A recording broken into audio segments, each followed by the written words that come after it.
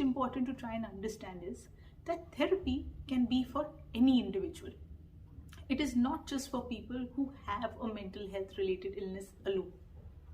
For many people in their minds, they believe that if I am going to be going to a therapist who is a mental health professional, it may mean that there is something very significantly or drastically wrong with me. That maybe I don't have certain abilities, capabilities, intellectual abilities to be able to work through my life. But that is not necessarily the case. Any person who is experiencing distress on account of a range of situations of their life can seek therapy. This could be due to work-related challenges. It could be on account of personal situations. It could be because of certain transitions you're going through in your life. It could be because you have been in the middle of, say, a natural disaster. The pandemic being one of the recent ones, which just all of us went through. A lot of the situations also can compromise our abilities to cope with things. And that can also warrant that you consider seeking therapy for your own self.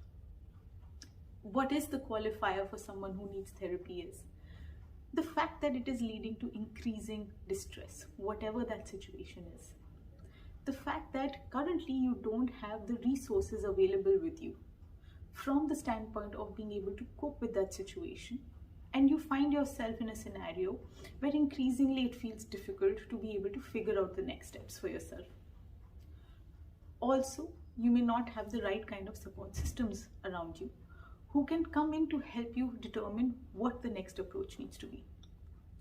Therapy is also for people who do have mental health related illnesses, which are compromising their functioning, affecting the ways in which they engage with their work, their personal lives, their social settings. But one of the key differentiators between therapy and talking to a friend is that this is being done by someone who is trained, who is going to be focusing on what are probably the pre-existing patterns, the kind of dysfunctional beliefs, thought patterns, which may be impacting your ways of functioning, your emotions, your responses.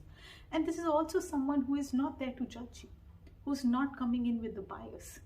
Their approach is to look at things with you from your perspective, your lens, without being influenced by the historical knowledge of who you have been all along. And in this situation, the individual's